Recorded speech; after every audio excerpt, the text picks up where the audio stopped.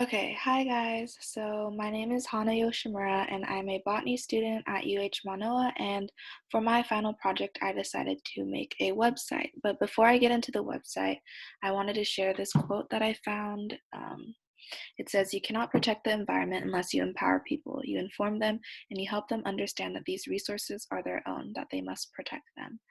And I think this quote is a perfect representation of why I chose to make a website.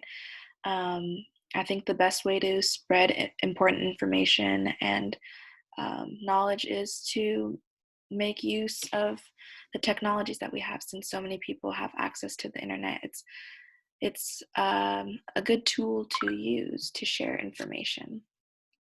And onto the actual website, if you type in oiolahonua.com to your search bar, it should come up. And yeah, so this is the home page of my website. I decided to title it Oi Ola Honua, which translates to "While There Is Life on Earth" in Hawaiian.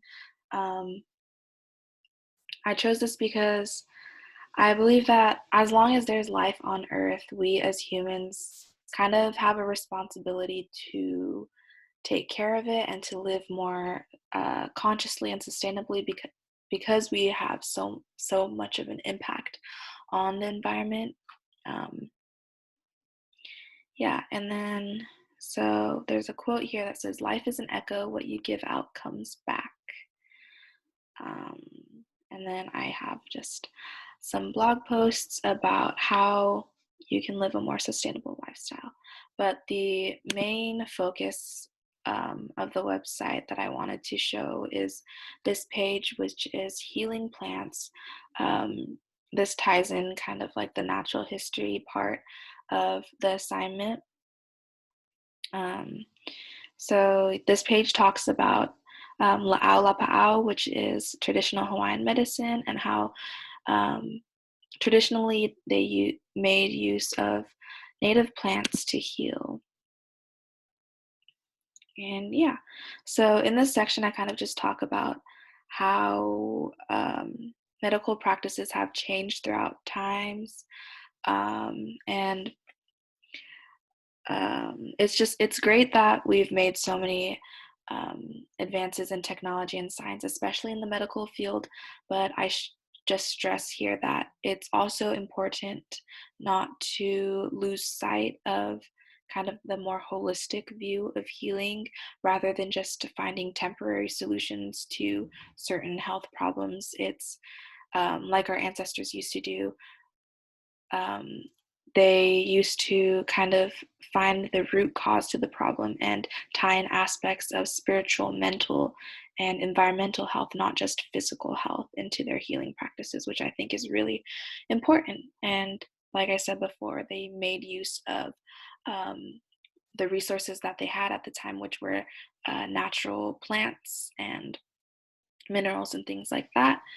And I go into more detail here about La'au Lapa'au, which is the healing medicine in Hawaiian. And it's basically an ancient practice that focuses on the use of plants, minerals, spiritualism, and pule, or prayer, to treat all diseases and ailments. And then if you scroll down some more, I listed a bunch of plants that were really important in Hawaiian La'au Lapa'au. And I'm just going to go through them kind of quickly. So this is the mamaki leaf. It was used to treat coughs, sore throats, and thrush, as well as sores and wounds, and it was also used as a mild laxative. Here we have the tea plant, or lauki, used to relieve fever, to hold medicines, and is also a symbol of the creator of the healing process. Here we have the Indian mulberry, or it's better known as the noni here in Hawaii. And it was used to treat boils and cuts, as well as to soothe sore muscles and fractures. And it was used as a medicinal tea to cleanse blood. And then we have the kukui tree, or the kukui nut. It was used as an omega-3 supplement, and to relieve constipation, to heal cuts and sores, as well as insect bites. And then turmeric, or olena, is a really strong anti-inflammatory. It was used to relieve coughs and sore throats. And then taro or kalo, which is a really, really important one here in Hawaii. Not only is it used as a staple food source, but it was also used medicinally as a laxative to treat indigestion, to stop bleeding, and also to treat insect bites and asthma as well.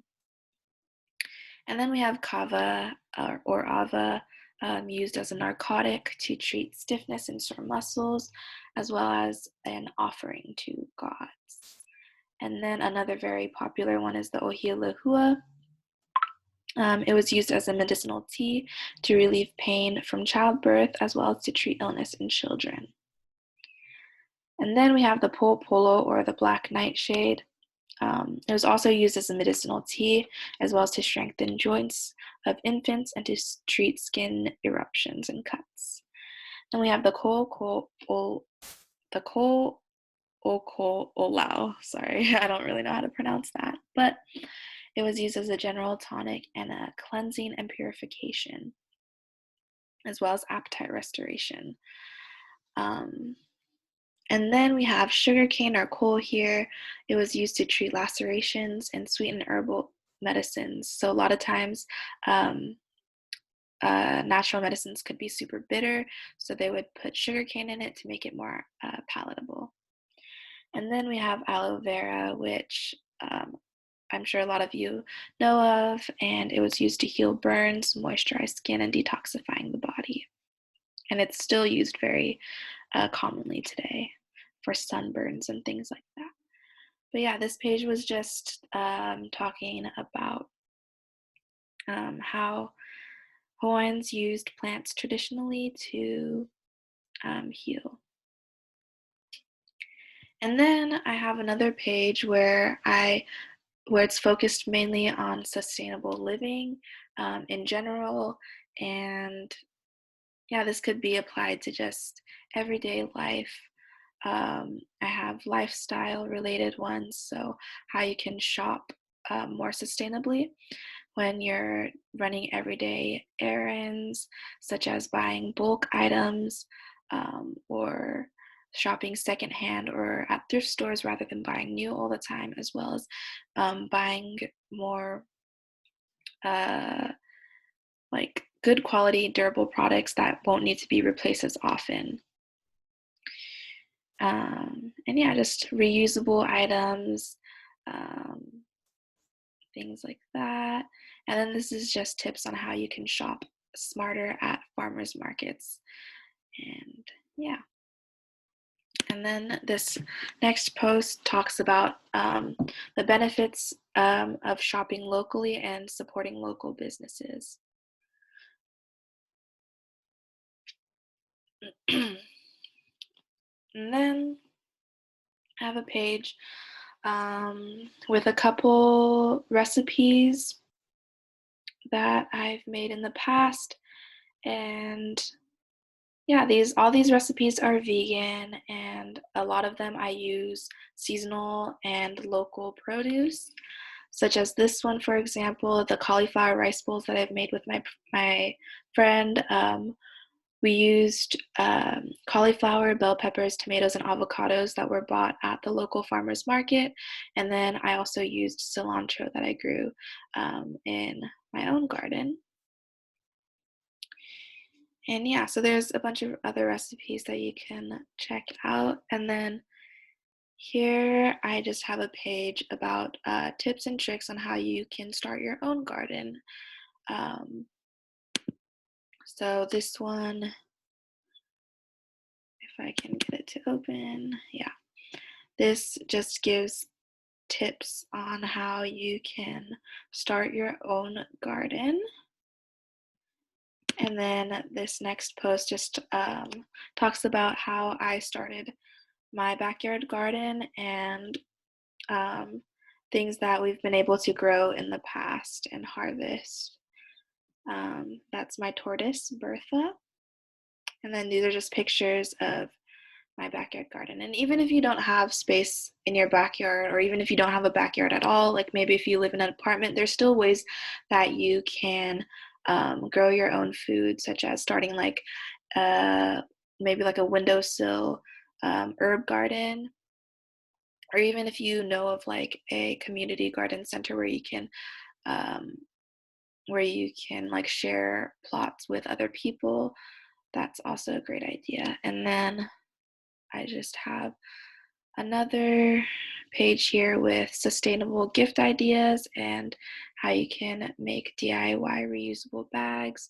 These produce bags I use all the time. They're really helpful. And then I just have a link here um, of how you can make, teaching you how you can make your own um, produce bags, reusable produce bags.